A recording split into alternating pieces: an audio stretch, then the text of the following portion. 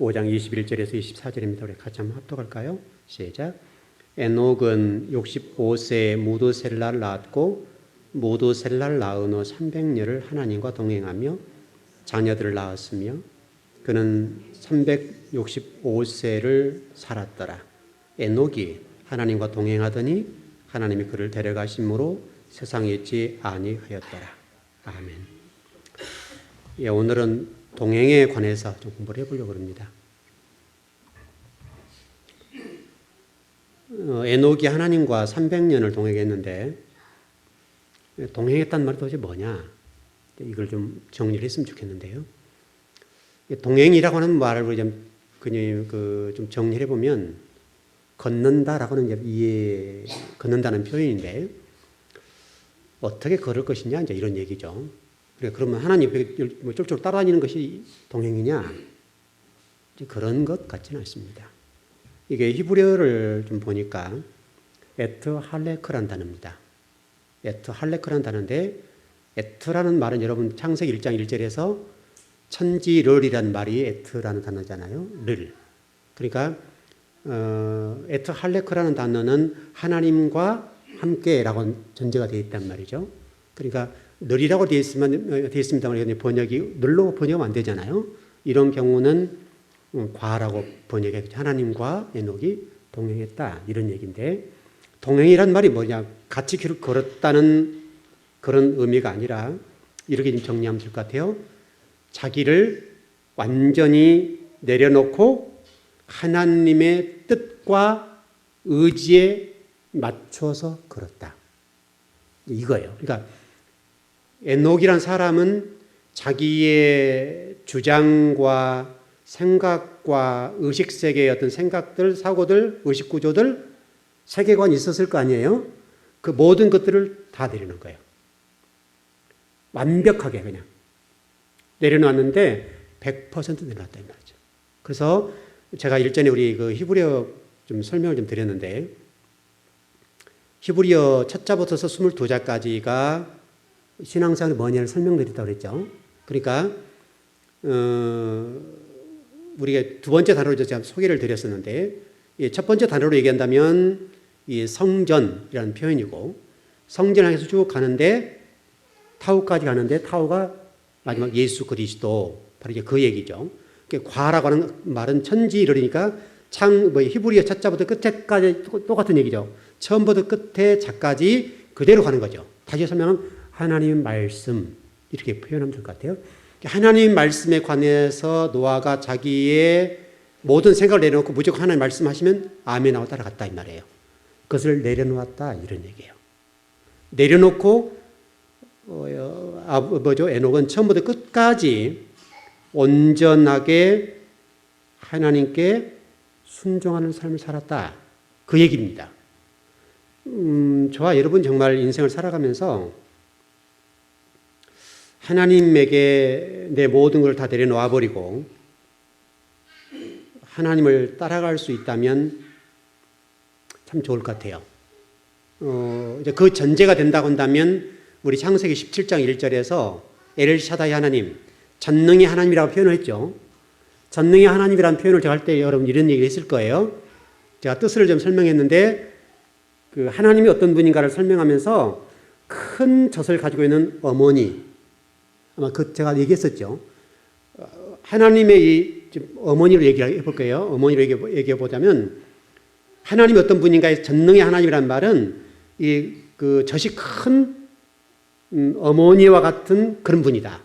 다시 설명하면 어린 아이들에게 이 젖은 생명줄이죠. 그러니까 이 아이의 생명줄을 주고 있는 분. 그렇게 이해하면 되겠죠. 다시 설명하면 엘리샤다의 하나님이라는 말은 전능의 하나님이라고 이제 표현되어 있습니다만은 다시 설명하면 그 하나님에게는 모든 것이 가다. 우리의 모든 것에 생명에 관련된 모든 것들이 그분에게 있다. 하나님에게 있다. 그 얘기예요. 그래서 젖이 큰 어머니 같은 분. 이렇게 좀 정리가 된단 말이죠. 그래서 저와 여러분에게 모든 것을 완전히 의지할 수 있는 분, 내 생명을 맡길 수 있는 분.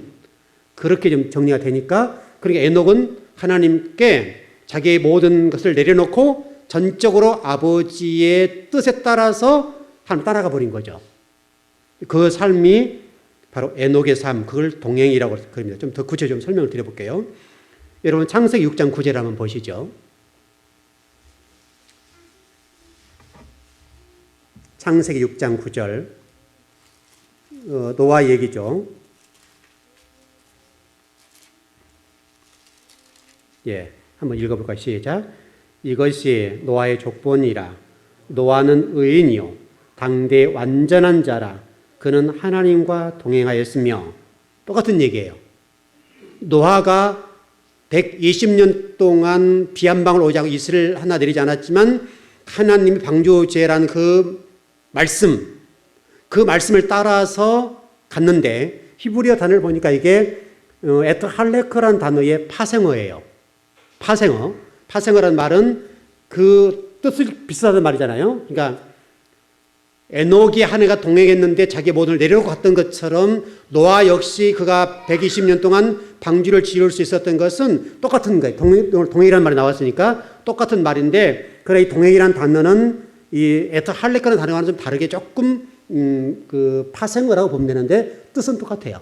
뜻은 똑같은데 노아가 하나님에게 전적으로 모두를 의지하고 120년 동안 노아 방주를 지었다는 말은 그 말이에요. 자기의 주장, 자기 생각, 자기의 견해 다 버리고 하나님 말씀 한마디를 붙잡고 120년 걸어간 거예요. 그게 동행이라고 그래요. 좀 더 찾아보죠. 그 민수기 6장 8절 한번 찾아보시죠.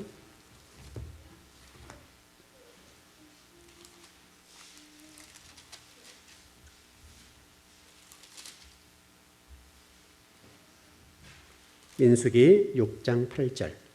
예, 같이 한번 시작. 자기의 몸을 구별하는 모든 날 동안 그는 여호와께 거룩한 자니라. 여러분 이게 지금 나시린 얘기죠. 나시린법 얘기거든요. 자기 나시린들은 독주를 마시지 않고 머리를 자르지 않고 그런 얘기죠. 그런 나시린이라는 말은 구별된 사람들인데 하나님이 특별하게 구별되어서 너희들은 머리 삭도되지 말고 포도주 먹지 말어. 그 얘기했단 말이죠. 그 얘기를 했는데 이 사람들은 하나님이 말씀하신 대로 그대로 순종하는 거예요. 그것이 뭐예요? 자기 몸을 구별하는 모든 날 동안 그는 여호와께 거룩한 자다. 나시린으로서 삭도되지 않냐고 포도주를 먹자고 뭐 시체를 손에 안 맞는 거죠. 그렇게 하나님 말씀대로 철저하게 구별되고 정결한 상태로 유지한 그 상태를 하나님은 동행했다. 이게 동행했다. 나시린들에게 동행한 삶을 살아서 그 사람들을 뭐라고 설명하라고 하면 여호와께 거룩한 자다. 그렇게 설명합니다. 우리 말라기서 말씀 보시죠. 2장 6절.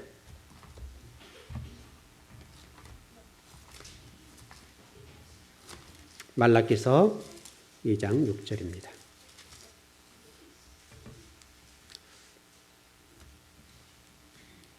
예, 같이 한번요. 시작. 그의 입에는 진리의 법이 있었고 그의 입술에는 불의함이 없었으며 그가 화평과 정직함으로 나와 동행하며 많은 사람을 돌이켜 죄악에서 떠나게 하였다. 이렇게 되어 있습니다. 자, 무슨 얘기입니까? 제사장들 얘기하는 거죠. 제사장들이 그 입에 뭐가 있었다고요? 진리의 법이 있었고 그의 입술에는 불의함이 없었으며 그가 화평함과 정직함으로 나와 동행했다. 다시 설명하면 제사장들, 선지자들이 그 입술에서 뭐가 나가야 된다는 거예요? 진리 말씀. 그것을 뭐라고 설명한다고요? 동행이라고 그런다. 동행이다. 중요한 얘기죠. 주의 종들이 강단에서 헛소리하고 있으면 뭔 얘기하는 거예요? 하나는 동행하지 않고 하나가 별개 문제예요. 그래서 주의 종들이 이 강단에서 진리 말씀을 전해서 그 입에서 불의함이 없고 화평함과 정직함으로 동행함으로 많은 사람들을 죄악에서 돌아오게 하는 것, 떠나게 하는 것이 뭐냐면 그게 동행이라는 거예요. 이게 주의 종들이 해야 될 일이에요. 그래서 전번에 우리가 그 주의 종들이 해야 될 일 가운데 성경을 공부하는 게 뭐라고요? 순교. 그랬죠. 똑같은 얘기죠, 여러분. 그와 똑같은 거예요. 그러니까 이 주의 종들이 지금 해야 될 일이 바로 이런 것들인데 엉뚱한 일을 하게 되면 어떻게 되는 거예요? 하나님과 분리돼 버린 거예요. 여러분도 노아처럼 또 에녹처럼 내 뜻을 버리고 하나님의 의지와 뜻에 맞게 걸어가는 삶, 그걸 동행. 하나님 저와 여러분이 지금 그걸 요구하고 계신다고요. 그걸 요구하고 계시니까 우리의 어떤 삶의 방식 이런 것들 다 좀 내려놓고 그랬으면 좋겠어요. 다시 설명하면 이걸 좀 더 좀 깊이 들어가 볼까요? 할레크라는 단어를 보게 되면 하나님의 어떤 삶의 방식을 따른다고 성경에 나와 있는데, 하나님의 삶의 방식을 따라가는 것, 하나님의 삶의 방식을 따라가는 것이 동행인데, 이게 지금 에트라는 단어가 전치사예요. 전치사인데 이걸 좀 뭐라고 설명하냐면 그 부부관계로 설명해 놨어요. 동행이란 말은 부부관계 설명해 놨는데, 이게 부부가 부부관계를 맺는 것, 이게 동행이래요. 다시 설명하면 하나님과 우리가 그 관계라는 거예요. 이 얘기는 무슨 얘기냐면 온전한 교제가 이루어져야 된다. 관계가. 하나님과 우리 관계가 온전하게 이루어진 한 몸 되는 것. 모든 생각과 목적함과 하나님의 모든 생각들, 또 목표한 것들, 목적지, 하나님 우리에게 요구한 것 모든 것들이 하나도 틀리지 않고 똑같이 가는 거. 그걸 동행이라고 해요. 그래서 우리 지금 그 창세기도 좀 읽어봤고 그러는데, 그래서 여러분 제가 일전에 이 얘기했었죠. 이력서 내려놔. 이력서. 똑같은 얘기죠. 이력서 내려놓아라. 우리 출애굽 3장 5절의 말씀인데, 이력서를 내려놓는다는 말은 무슨 얘기냐면 내 모든 경험과 내 지식과 내 생각과 이 모든 것들을 다 내려놓는 것. 그걸 동행 또는 이력서 내려놓는 것. 그렇게 됐단 말이죠. 그래서 미가 선지자 같은 경우도 6장 8절에 보니까 이스라엘 백성들에게 하나님과 동행할 것을 촉구하는 말씀이 되어 있어요. 촉구. 특별히 여러분 좀 이렇게 보시죠. 여러분 구약 시대 가운데 가장 영적으로 타락했을 때가 언제예요? 영적으로 타락했을 때 가장 언제가 타락했나요? 영적으로. 구약 시대에.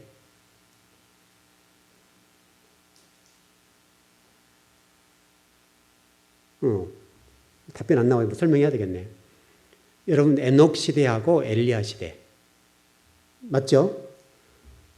이런 성경 가운데 가장 센 선지자가 나온, 좀 유명한 선지자가 나온 시대가 아주 안 좋을 때예요. 근데 이 에녹 선지자가 나왔을 때도 마찬가지고 엘리야 선지자가 나왔을 때도 영적으로 가장 타락했을 때예요. 근데 이 두 사람 다 어떻게 됐어요? 바로 승천했죠. 죽음 보지 않고 승천했죠. 그 얘기를 하는 거예요. 그러니까 하나님이 특별하게 이 부분을 가장 죄악되고 흑암의 시대라고 볼 수 있겠는데, 바로 이때 하나님께서 이 에녹이 하나님과 동행하고 그 상황과 환경 같은 것들이 전혀 자기가 상관없는 거예요. 지금 여러분 실질적으로 좀 시대가 악하고 또 우리 신앙인들이 살기가 쉽지 않죠. 세상 속의 말씀을 지키고 산다고 하는 것이 굉장히 어려워요. 근데 실질적으로 저와 여러분이 그것은 관계가 없어야 돼요. 뭐 세상이 악하든 타락했든 전혀 관계 없어야 된다고요. 원래 그게 맞는 거죠. 세상에서 타락했기 때문에 나도 뭐 부하내동이라고 합니까? 그렇게 갈 필요는 없다 이 말이죠. 바로 그런 측면에서 이 에녹을 히브리서 11장 5절에는 하나님을 기쁘겠다 그렇게 했어요. 하나님을 기쁘겠다. 하나님을 기쁘겠는데 그 기쁘겠다는 말이 무슨 말이냐면 어떻게 했는가 하면 하나님의 뜻에 온전하게 순종했다고 말해요. 온전하게. 똑같은 얘기예요. 온전하게 에녹이 순종한 삶을 살았기 때문에 그 사람이 기뻐하셨다. 기뻐하셨다. 여러분 사무엘상 15장에 보면 그런 말씀 있죠. 순종이 뭐보다 낫다? 제사보다 낫다. 굉장히 중요해요, 여러분. 예배 드리는 것보다 순종이 낫다는 거예요. 예배 드리고 순종 안 하면 어떻게 되는 거예요? 사실 이게 의미가 없는 거예요. 여러분 예배를 잘 드리는 것도 굉장히 복이지만 예배를 드리고 말씀대로 순종하는 것은 더 복이에요. 예배는 드려도 말씀에 순종하지 않으면 사실은 조금 이게 반쪽이에요. 조금 이게 그래요. 그러니까 어떤 순종의 제사보다 낫다고 하는 말씀을 여러분들이 절대 잊으면 안 되고요. 어떤 이게 순종하고 하나님을 따르게 되고 하나님을 완전히 의지하게 된다고 하는 것은 하나님을 신뢰해야 가능한 거죠. 신뢰하지 않으면 따라갈 수가 없어요. 따라갈 수 없고 동행도 할 수가 없어요. 그래서 우리 디모데후서에 보면 이런 말씀이 있어요. 경건의 모양은 있지만 경건의 능력을 부인했다. 그런 얘기가 똑같은 거예요. 제가 여러분에게 이런 얘기를 가르쳤을 겁니다. 여러분이 세상 속에 나가서 진리를 증거하세요. 진리를 증거하세요. 그 말은 무슨 말이냐면 그 말이에요. 하나님 말씀대로 살아라는 말이거든요. 그 말씀을 이루라는 말이니까 여러분 그렇게 좀 돼 있고, 특별히 이 유다서 찾아봅시다. 그냥 유다서 한번 찾아봅시다. 14절 찾아보십시오. 14절 15절 한번 찾아보는 게 좋을 것 같아요. 여러분 또 읽을 기회가 없으니까. 유다서는 한 장으로 되어 있는 거 맞죠?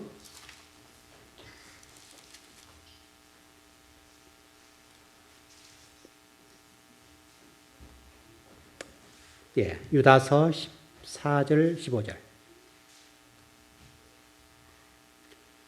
예, 한번 읽고 시작.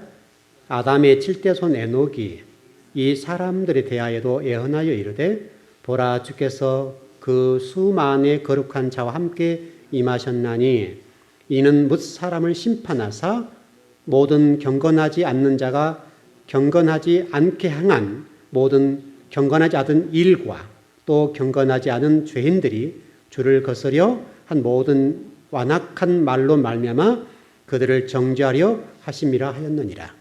무슨 얘기하는 거예요? 지금 에녹 선지자가 뭐 선포하는 거예요? 심판 선포하는 거죠. 종말을 선포하고 심판을 선포하는 엘리야 모습을 볼 수가 있어요. 우리 그것을 잘 이해를 했으면 좋겠고요. 어떻든 에녹은 이 하나님의 심판에 관해서 장차 올 어떤 심판에 관해서 설명을 하고 있어요. 그래서 여러분 이 부분을 좀 잘 이해를 했으면 좋겠고요. 특별히 우리 한 가지 정리, 신발을 벗는 부분 좀 더 나가보죠. 옛날 사람들, 우리는 지금 여러분 다 신발 신고 들어오셨죠? 여러분 집에 들어가실 때는 신발을 벗나요? 신나요? 신발 다 벗으시죠? 유럽 사람들이나 서구 사람들은 집에 들어갈 신발 벗어야 신어요? 신어버리고 들어가죠. 우리 민족들은 신발을 더럽다고 얘기하는 거죠. 더럽다 생각하고 대부분 신발을 다 벗고 들어갑니다. 그리고 이스라엘 같은 경우도 제가 가서 봤을 때 거기는 대리석이거든요. 대리석이어서 신발을 좀 양성구 사람이 사는 데는 신발을 벗고 들어갔는데 다른 집은 몰라. 다른 집 제가 가봤는데 그것도 신발을 벗더라고요. 벗는데 그 대신 그 실내에 신는 신발 그거를 줘요. 그걸 신고 들어갔는데 대리석으로 깔려 있습니다. 그래서 그 유대인 목사님 초대를 받아서 한번 그 식사를 했던 적이 있는데 그 집에 갔을 때 그 저녁 식사 초대 갔는데 신발을 벗고 들어가서 실내화를 신고 들어가가지고 식사를 했던 경험이 있어요. 어떤 이스라엘도 보니까 집에 들어갈 때 신발을 벗어요. 우리를 또 여러분 옛날 교회들은 다 신발을 벗고 들어왔잖아요. 지금은 사실 좀 불편하니까 그런데 우리 처음 교회 개척했을 때는 신발 벗고 들어왔죠. 어떻게 보면 성경적으로 봤을 때는 벗는 것이 맞는 것 같긴 해요. 우리 이제 불편하기 때문에 그런데 또 신발장을 만들어야 되고 또 들어와서 이렇게 하는 거 여간 불편하거든요. 그래서 그런데 원래는 좀 그랬으면 더 좋은 것 아니냐 이런 마음은 드는데 현대가 그렇게 되어 있으니까요. 어떻든 간에 우리가 옛날 사람들은 어떤 신발들을 집에서 벗는 거로 보는 거고요. 특별히 신발을 벗었다는 이 개념들이 우리가 성경에서나 또 우리 지금 여러 가지 측면을 봤을 때는 이런 측면으로 봐요. 신발을 벗었다는 말은 종입니다 라는 표현이에요. 종. 하나님이 모세에게 신발 벗어라, 여호와의 신발 벗어라 라고 말씀하는데 그 말은 곧 너는 종, 나의 종 그런 설명이에요. 여러분 종이란 말이 상당히 쉽지 않은 얘기인데 쉽게 설명하면 그런 거예요.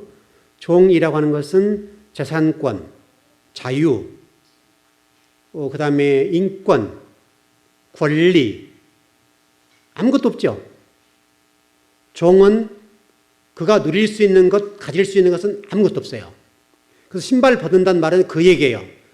모세나 여호수아에게 설명하는 것은 또 뭐 에녹도 동일한 건데 어떤 에녹도 모세도 여호수아도 어떤 동행하는 삶을 살았는데 그 삶은 자기의 주장, 자기의 권리, 자기의 재산권, 또 자기의 인권 다 포기했다 그 말이에요.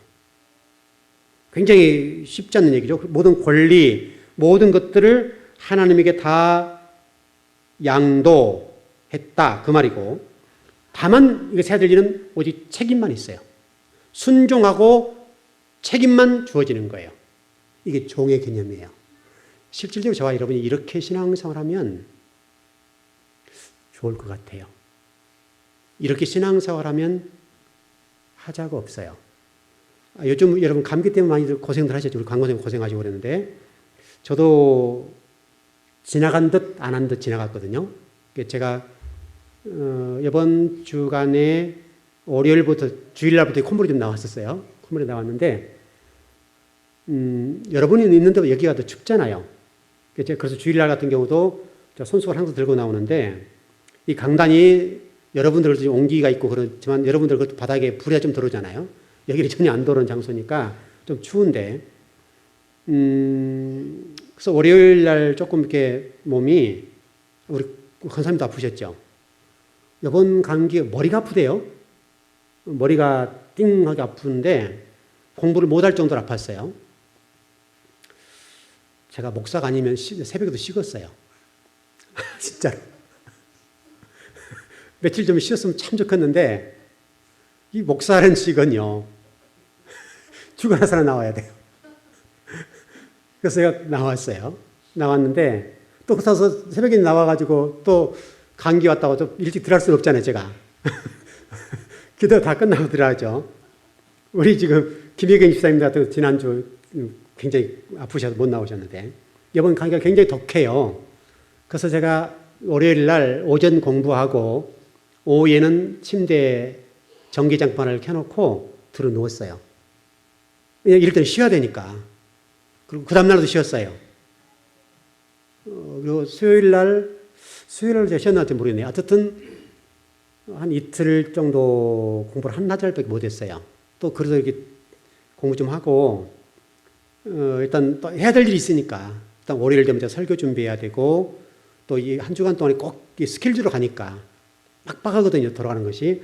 그러니까 설교도 준비해야 되고 또 주보 준비 같은 것도 해야 되고 이런 것들 좀 해야 되니까 그다음에 또 뭐 다바르 강좌 또 성경 공부하는 것도 다시 한번 체크도 해야 되고 이렇게 그냥 나오지 않거든. 다 다시 정리해야 되고 또 주일날 또 이게 또 뭐죠? 또 중급반 공부해야 되잖아요. 이렇게도 다 준비해야 되고 하니까 참 목사만 아니면 좀 식었어요.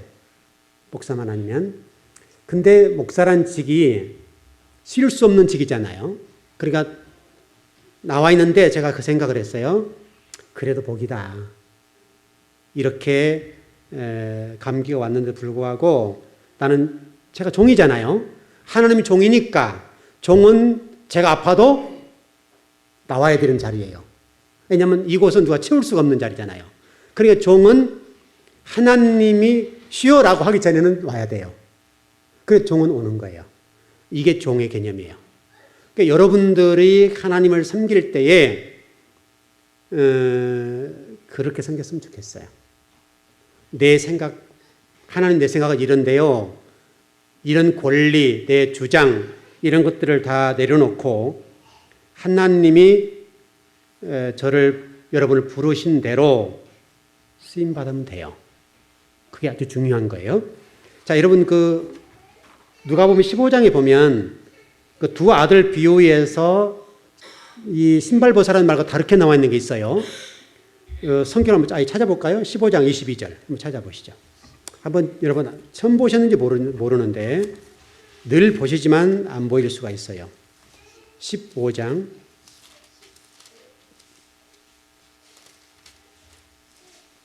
22절입니다. 누가복음 15장 22절. 시작. 아버지는 종들에게 이르되 제일 좋은 옷을 내어다가 입히고 손에 가락지를 끼우고 발에 신을 신기라. 이게 뭔 말이죠, 이게요? 신발 신기라 그러네요. 여러분, 해석이 되나요? 아들이 지금 아버지 유산 가지고 밖에 나갔다 들어온 아들 아닙니까? 그리고 아들이 돌아와서 지금 나는 어떻게 된다고요? 종도 좋고 아주 가장 천한 자리에 죽어도 좋으니까 돌아오기만 해달라. 그런 얘기죠. 그 얘기를 했을 때 아버지가 어떻게 해준다고요? 신발을 시켜줬다. 신발을 시켜줬다는 말은 무슨 얘기하는 거예요? 그렇죠. 아들로 복직시켜주는 거예요. 여러분과 저 얘기하는 거죠. 지금. 하나님이 저와 여러분에 관해서 혹시라도 죄를 짓고 범죄한 일이 있다 하더라도 하나님 잘못했어요 하고 돌았을 때는 하나님 저와 여러분들 이렇게 대우해 주겠다 이거예요. 하나님 좋아요 나빠요? 너무 좋으신 분이죠. 하나님께 저와 여러분들이 신발을 시켜주신대요. 종의 신분을 버리게 만드시고 아들 신분으로 우리를 승격시켜주겠다 이거예요.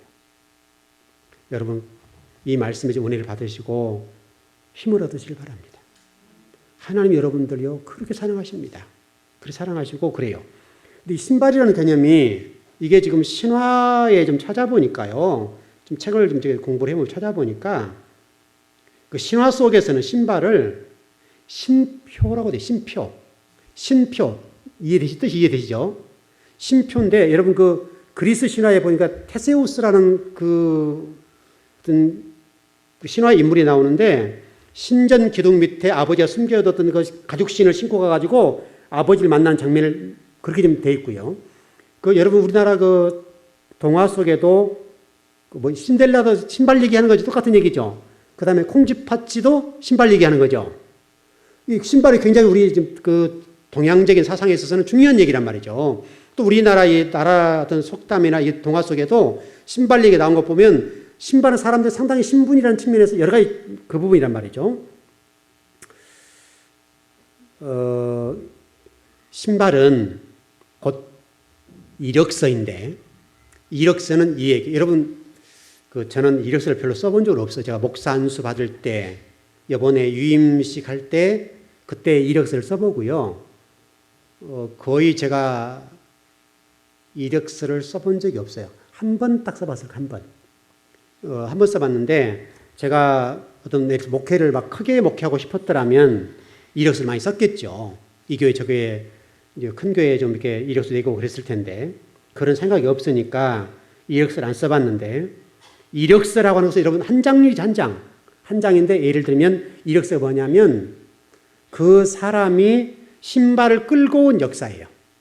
신발을 끌고 온 역사를 이력서라고 그래요. 그래서 예를 들면 그게 뭐 스펙이라고 얘기합니까 요즘? 어디 학교, 어떻게 경력, 어떤 거 이게 쓰는 거잖아요. 그게 이력서죠. 그것은 곧 한 사람이 신발을 신고 달려온 그 역사를 이력서라고 그래요. 여러분 그 모든 것들을 벗어버린다. 굉장히 어려운 얘기죠. 여러분 뭐 좋은 예는 아닌데 사람들이 그 극단적인 경우에 자살을 하죠. 자살을 할 때 사람들이 그 물에 빠져 자살할 때 꼭 뭐를 해요? 행동이 신발을 벗죠. 왜 신발을 벗는지 모르겠지만 어쨌든 공이 모든 사람이 신발을 벗어요. 이렇게 그 뭐 드라마 같은 데 보면 뭐 이렇게 높은 데서 떨어진 사람도 신발을 꼭 벗고 올라가대요. 그래서 뭐 아파트 같은 경우도 마찬가지로 신발은 꼭 벗어나요. 왜냐하면 이것이 내 역사거든요. 그래서 그런 것 같아요. 이 신발이라고 하는 것이 그렇게 중요한가 봐요. 그러니까 여튼 간에 지금 모세나 에녹 같은 사람들이 자기의 어떤 끌고 온, 신고 온 그 모든 역사를 다 내려놓고 온전히 하나님 앞에 맡기고 갔다. 너무나 귀한 것 같아요. 여러분 여호수아가 여리고성을 점령하기 전에도 동일하게 하나님께서 뭐라고 그랬어요? 신발 벗어. 모세, 여호수아, 에녹 할 것 없이 공이 귀하게 쓰임받은 사람들을 보면 다 벗었거든요. 곧 그 말은 앞으로 사역을 할 때에 네 생각으로 하지 마라. 그 얘기거든요. 네 생각으로 하지 말고 내가 너에게 말한 대로. 우리 오늘 새벽 예배에 말씀이 있었나요? 오늘 새벽 예배 그 얘기 있었죠. 새벽 예배도 동일하게 하나님 물려주신 대로 말씀을 전하는 것, 그 설명을 좀 드렸죠. 동일하단 말이에요. 저와 여러분이 인생을 살면서 신발을 벗고 하나님이 둘째 아들에게 신겨주신 신발을 신었으면 좋겠어요. 그 신발을 신었으면 좋겠어요. 우리가 하는 교회를 섬길 때 제가 목회할 때도 똑같은데 목회도 똑같아요. 목회도 인간적으로 목회하는 주의 종들도 있고 또 신본주의 중심 목회하는 종들도 있는데 신본주의로 목회하는 것이 힘은 들지만 그게 좋을 것 같아요. 제가 좀 이런 좀 기도를 하고 있어요. 도전을 해보는 건데 원래 이제 목회자가 7년 하면 안식년을 갖는 거거든요. 근데 안식년을 갖지 못해서 우리 교회도 지금 안식년 시간이 넘어가 버렸는데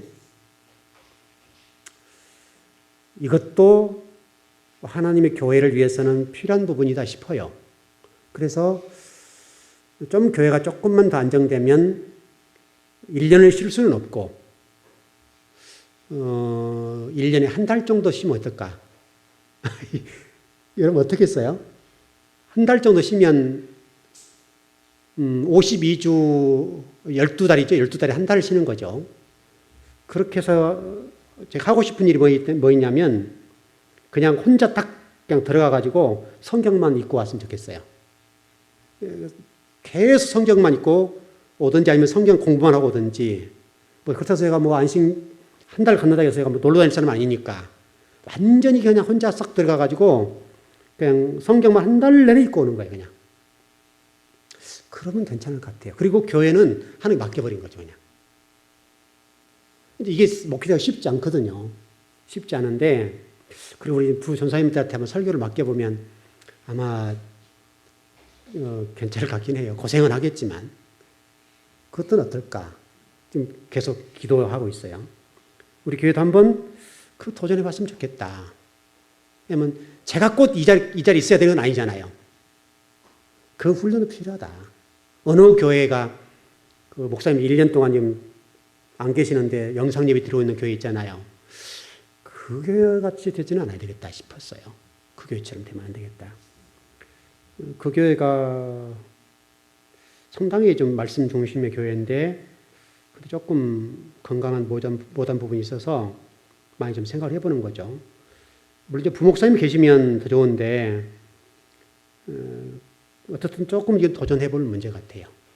제가 뭐 그 개인적으로 시간 쓰지 않을 거고 혼자 들어가서 공부할 거고 아무런 타치 없이 그냥 밥 해주면 밥만 먹고 공부만 하는 그러면 괜찮겠다 싶은데 아마 그것도 좀 괜찮을 것 같아요. 한번 그거는 좀 더 도전해보고 기도해 본 다음에 우리 교회가 한번 도전해봤으면 좋겠어요. 어떻든 그동안에 교회 개척하고 여기 오는 동안에 어떻든 제가 사적으로 시간을 써본 적이 없잖아요. 유일하게 1년에 한 번 여름 휴가 때 한 주간 쉬는 건데 제가 새벽 예배까지도 여러분 자유롭지 않잖아요. 항상 제가 교회에 붙어 있고 새벽 예배 한 번을 제가 빠지지 않는 사람이니까 이게 상당히 좀 그런데 그만큼 교회가 뭐랄까 저의 의존도라 할까요? 표현상 어쩔지 모르겠는데 그게 상당히 있단 말이죠. 그래서 조금은 이것도 좀 우리가 조금씩은 좀 내려놓는 작업을 해야 되겠다 싶은 거죠. 조금씩은 내려놔서 제가 아니어도 하나님의 교회는 하나님이 교회를 주장하시고 하나님의 교회의 이 모든 것들을 끌고 나가신다는 것을 한번 봐야 될 것 아니냐 이런 생각은 있어요. 그래서 제가 은퇴까지 계속 뭐 한 번도 안 비우고 한다. 그것은 그렇게 건강한 것 같지는 않아요. 제가 뭐 기질적으로 그냥 비울 사람은 아니지만은 좀 그걸 좀 교회가 좀 제도적으로 만들어서 그렇게 해본다면 어떻겠나 이런 고민을 지금 하는 거죠. 고민을 해보면서 제가 안 서도 하나님 교회는 든든히 서갈 수 있도록 훈련을 해보자 이런 생각들이죠. 어느 교회 같은 경우는 여러분 김동호 목사님 아시죠? 김동호 목사님 같은 경우는 안식년이 되셔서 1년을 미국 가서 계셨거든요. 미국 계셨는데 그때 1년 동안의 성도들이 엄청나게 빠져나갔어요. 빠져나갔는데 돌아올 시간이 되니까 거의 똑같더래요. 원래 목사님이 안식년 갔을 때 그 인원하고 다시 돌아왔을 때 가서 계시는데 계속 연락이 오는 거예요. 목사님 큰일 났습니다. 성도 막 빠져나갑니다. 그래도 목사님이 그러셨대요.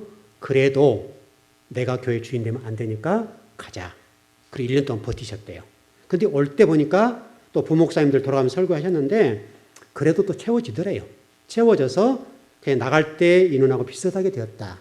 그 얘기를 하셨는데 뭐 우리 교회에 뭐 빠져나갈 인원도 없고 뭐 특별히 그런 건 없는데 어쨌든 그것도 한 번 정도는 좀 내려놔야 할 부분 아니겠나. 하여튼 여러분들 기도를 한번 해주세요. 그래서 제가 없어도 교회가 건강히 굴러갈 수 있도록. 그래야 더 건강한 교회 아니겠습니까? 제가 없어도 더 건강했던 교회가 굴러갈 수 있는 그 정도 교회가 돼야 된단 말이죠. 저의 의존도가 너무나 이렇게 많이 되면 또 어느 교회처럼 그렇게 될 수도 있단 말이죠. 그래서 조금 우리가 이런 부분도 조금씩은 준비해야 할 부분 아닌가. 물론 앞으로 은퇴가 많이 남았지만은 그것은 조금씩 우리가 좀 도전해야 할 부분이다 싶어요.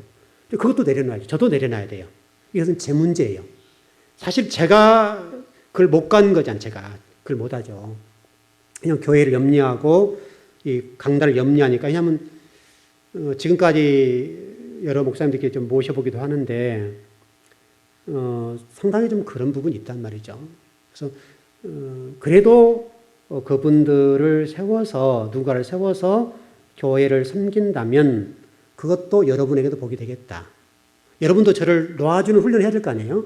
저도 여러분도 저를 좀 놓아주고 저도 여러분을 놓아주는 이런 훈련을 좀 해야 될 부분이다. 그것도 제가 내려놔야 할 부분이에요. 왜냐하면 하나님의 교회는 제가 아니라 하나님이 교회를 섬기시고 하나님이 교회를 부흥시키시고 하나님의 교회를 목양하시고 다스리시고 이런 관점을 보는 거죠. 그렇게 보면 그것도 한 번쯤 해야 될 문제다. 여러분 생각 어떠세요? 괜찮겠습니까? 하여튼 그것도 여러분도 훈련하셔야 돼요. 여러분도 저를 떠나버려 훈련해야 될 거 아니에요. 언젠가는 제가 떠날 거 아니에요. 언젠가는 제가 은퇴라든지 간에 이 교회를 떠나게 될 텐데 또 은퇴했다고 해서 원로 목사가 되어가지고 또 이게 상주에 있으면 안 되잖아요. 제가 어떻든 제가 원로 목사가 되면 이제 또 누가 되든지 모르겠습니다만은 담임 목회자가 목사님 설교 한 번 해주세요 하면 제가 그럴 때는 한 번도 못 가. 되도록이면 제가 안 오려고 그래요. 되도록이면 안 오고 후임자가 교회를 잘 섬기도록 하려고 그러는데 그래야 교회가 건강할 수가 있고요. 그렇게 되려고 하는데 어떻든 제가 원로 목사가 되더라도 저는 교회를 떠날 생각을 가지고 있어요. 되도록이면 여기 안 붙어 있어야 돼요. 그래야 교회가 건강할 수가 있거든요. 그 생각을 가지고 있는데 그런 준비도 해야 되고 여러 가지 준비해야 될 부분이다 싶어요. 그래서 여러분들도 저를 떠나볼 생각을 해야 되고 저도 여러분들을 떠날 생각을 서서히 해야 된단 말이죠. 물론 시간이 남아있지만은 그게 오히려 우리 교회가 더 건강하게 갈 수 있는 길은 아닌가. 왜냐하면 제가 여기서 너무나 영향력이 커버리면 여러분도 저를 못 보내잖아요. 저도 못 떠나고 이런 좀 부분이 있어요. 그래서 꼭 그거는 정말 하나님께 맡기는 부분이 필요한 것 아니냐. 사실은 지금 이스라엘에서는요, 저를 강곡하게 좀 와달라고 그러거든요. 일이 지금 많아 있어가지고요. 지금 신학교를 세운다고 그러는데, 좀 교회도 개척하고, 뭐 신학교를 좀 세운지 모르겠는데, 어쨌든 지금 교회를 개척하고 계세요. 양성사님이. 교회를 개척하고 계시는데, 일이 어마어마하게 많아요, 지금. 그래서 지금 옥상에다도 지금 한 30평 정도 집을 지어야 되고, 이 층이 많은데, 층에다가 지금 화장실만 6개 정도 집어넣을 정도 상당히 크지요, 공사가. 큰 공사고, 뭐 칸막이 공사도 되고 많은데, 양성교사님도 비행기 티켓값이 없고, 저도 없으니까 못 가는 거예요, 서로 지금. 왔으면 좋겠다. 우리 예지가 지금 갔잖아요. 예지 가서 일주일 동안 열심히 일만 했대요. 그리고 이번에 이제 어떤 선교팀하고 지금 선교 다니고 있는데, 성질이 좀 순례하고 있는데, 또 갔다 와서 일을 또 해야 돼요, 예지가. 그래서, 양성교사님 와서 좀 일 좀 해줬으면 좋겠다는데, 티켓값이 생각하죠. 못 가는 거예요. 갔다 벌써 오려면 기본적으로 한 2, 300원 드려야 되니까. 또 양성교사는 그 돈이 없으니까 저도 오란 말도 못 하고, 저도 못 가고. 그런 상태예요. 원래는 지금 그렇게 했으면 좋을 것 같아요. 근데 제가 지금은 못 가요. 돈이 있더라도 못 가는 이유가 새로운 성도들이 오셔서 지금 자꾸 교회를 지금 많은 분이 들어오고 계시잖아요. 그래서 지금 양성교사님 간절하게 그런 것도 바라고 있음에도 불구하고 일단 돈 문제를 떠나서 티켓값을 떠나서 지금 상황은 갈 상황이 아니에요. 그래서 어쨌든 그래도 제가 뭐 오락에도 못 가고 뭐 티켓을 보내도 못 가요, 지금은. 왜냐하면 새로운 성도들이 지금 여러 분 계시기 때문에 정착을 시켜야 된다고요. 정착을 시켜야 되기 때문에 정착이 됐다면 가능해요. 근데 지금은 정착 단계고 지금 관망하고 있잖아요. 이 교회 어떤 교회인가, 계속 뼈를 묻어야 될 것인가 말아야 될 것인가 계속 관망하고 그렇게 계신 상태이기 때문에 그 몇 분들 때문에 상당히 여러분이잖아요. 지금 여러분들 계시니까 지금 오라 해도 제가 지금 못 갈 그 상황이에요. 지금은. 그래서 그분들이 우리 교회에 안정적으로 정착이 되면 그때는 가능할지 몰라도 지금 하나님의 교회를 봤을 때는 제가 지금 갈 상황은 아니에요. 제가 판단은 그래요. 그래서 지금은 오라 해도 못 가고 설령 티켓을 보내준다 하더라도 지금은 갈 상황이 아니에요. 좀 여러분들이 오시잖아요, 지금. 그것 때문에 그렇고, 그래서 그래요. 어떻든 좀 정리를 해보십시다. 우리가 일생을 좀 살아가고, 인생을 살아가는데, 주어진 시간 동안에 저도 여러분도 나를 좀 내려놨으면 좋겠습니다. 나를. 제가 교회 얘기 됐습니다. 제가 안식 부분도 설명드렸는데, 여러분 저의 기질을 아시는 분들은 이해될 거예요. 제가 그것 때문에 그거 가지고 한 달 동안 놀러 다닐 사람은 아니고 절대 놀러 다닐 사람은 아니니까 뭐 놀러 다니다 돈도 없고 그런 상황도 아니고 들어가면 제가 아주 시골 쪽에 들어가서 아주 아무도 없는데 그거대로 공부할 거예요. 그렇게 할 건데 그것도 어떻게 보면 좀 괜찮을 것 같아요. 저도 목회적인 측면에서 교회를 내려놓아야 될 부분이 저도 있다고. 제가 올해 우리 교회 그 목표가 뭐죠? 우리 교회 목표가 뭐예요? 하나님이 주인 되는 교회 세우기.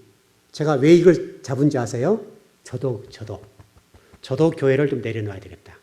그 생각 때문에. 저도 여러분도 내려놓을 거 있고 저도 내려놓을 거 있는데 저도 바로 그 생각을 한 거예요. 이것도 내려놓아야 되겠다. 제가 아니면 교회 안 된다. 이 생각을, 왜냐면 그동안에 제가 한 번도 교회를 비워본 적이 없잖아요. 비워본 적이 없으니까 제가 이스라엘 성지순례 우리 교회 개최하고 1년 있다가 2주 빠졌나요? 2주인가요? 2주 빠졌죠. 2주 3주예요? 2주 빠졌죠. 2주 빠졌으니까 그것 빼고는 제가 주일을 한 번도 비워본 적이 없죠. 자리를.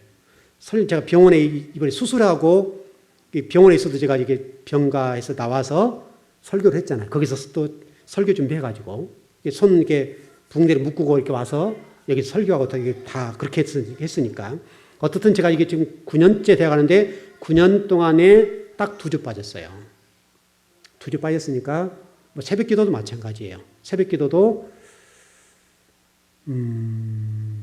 휴가 기간은 좀 빼야 되죠. 휴가 기간을 빼야 되겠죠. 휴가 기간을 빼고 우리 새벽기도 드린 시간 동안에는 제가 9년 동안에 많이 빠졌으면 10번이요? 10번 빠졌나요? 권사님한테 제가 10번 빠진 것 같아요? 10번 안 빠진 것 같죠? 1년에 한 번, 작년에는 한 번도 안 빠졌죠? 작년에 한 번도 안 빠졌고 가끔 이제 그 휴대폰에 배터리가 문제 있어서 그럴 때 혹시 그런 경우가 있는데 어떻든 제가 외부로 나간 경우 항상 거의 와서 예배를 드리고 있고 어떻든 10번 이상 안 빠진 것 같아요. 그렇게 해서 그것은 제가 정말 생명을 걸고 하는 것이지만은 조금 저도 내려놓을 부분이 있다고요. 저도. 그래서 올해 교회 목표를 하나님이 주인 되는 교회 세우기 그런 어떤 표를 하고 가는 이유가 저 자신도 목회자로서 제가 내려놓을 부분이 있다는 거예요. 왜냐면 저 아니면 안 된다는 생각을 저도 있을 수 있잖아요. 그런 생각이 있는데 여러분도 마찬가지, 저도 마찬가지. 여러분 삶 속에서나 신앙생활에 있어서 그런 부분을 내려놓으면 좋겠고요. 우리 에녹처럼 우리 모든 것들을 좀 내려놓고 내 권리, 내 주장, 내 주권, 내 재산권 모든 것들을 내려놓고 하나님만 바라봤으면 좋겠어요. 그럼 굉장히 고급스러운 수준 있는 신앙인이죠. 그 정도 신앙인이 된다면 아마 하나님 칭찬받지 않겠나 싶어요. 또 더 다른 주제를 나가려고 하니까 또 다른 주제니까 좀 나가기 그래서 이 정도 정리하면 될 것 같습니다. 기도하십시다.